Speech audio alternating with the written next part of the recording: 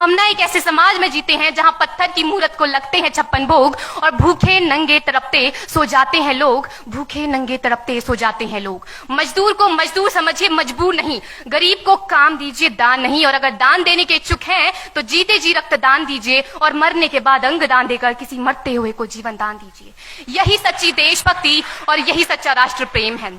ना सरकार मेरी है ना रब मेरा है, ना सरकार मेरी है ना रब मेरा है, और ना ही ये बड़ा सा नाम मेरा है। बस इतनी सी बात का गुरूर है मुझे कि मैं भारत की हूं और ये भारत मेरा है और ये भारत मेरा है। परंतु एक वैचारिक बीमारी हमारे समाज में मुझे नजर आती है। कहा जाता है हम दुनिया के सबसे बड़े लोकतंत्र हैं, जहां हिंदू पैदा होते हैं, मुस्लिम, सिख और ईसाई भी पैदा होते हैं, लेकिन बदकिस्मती है अब इंसान पैदा नहीं होते। और मेरे विचारों में ना हिंदू की जरूरत है ना मुसलमान की जरूरत है। राष्ट्र निर्माण के लिए केवल अच्छे इंसान की जरूरत है, केवल अच्छे इंसान की जरूरत है। जरा सोच कर देखिए, ये पेड़ पौधे और शाखाएं भी परेशान हो जाएं अगर परिंदे भी हिंदू और मुसलमान हो जाएं। एक शैक्षणिक बीमारी भी हमारे समाज में मुझे नजर आती है, और बड़े ही आश्चर्य की बात है जिस देश ने पूरी दुनिया को तक्षशिला और नालंदा देकर के विश्वविद्यालय शिक्षा की बुनियाद रखी, आज विश्व के 100 सर्वश्रेष्ठ विश्वविद्यालयों में हमारा एक भी विश्वविद्यालय खड़ा नहीं हो पाता। जहां एक और हमारे पास IIT, IIM और NIT जैसे शिक्षण संस्थान हैं, तो वहीं दूसरी ओर इस देश के गरीबों को बेरोजगारी की जमात में खड़ा करने के लिए उनके हाथ में सर्व शिक्षा अभियान का झुंझुना पकड़ा दिया जाता है। और मैं बता दूं, इस शैक्षणिक बीमारी का केवल एक कारण वो ये कि हमारे देश की शिक्षा नीति केवल 2 तरह के लोगों के लिए बनती है। पहले वो जो विद्वान हैं और दूसरे वो जो धनवान हैं।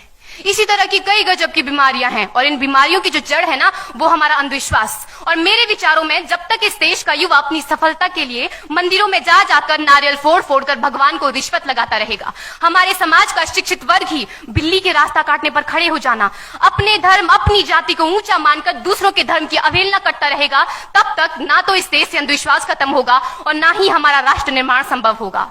हमारी संस्कृति, हमारी सभ्यता को दुनिया ने शीश नवाया है, तो क्यों आस्था के नाम पर हमने अंधविश्वास फैलाया है?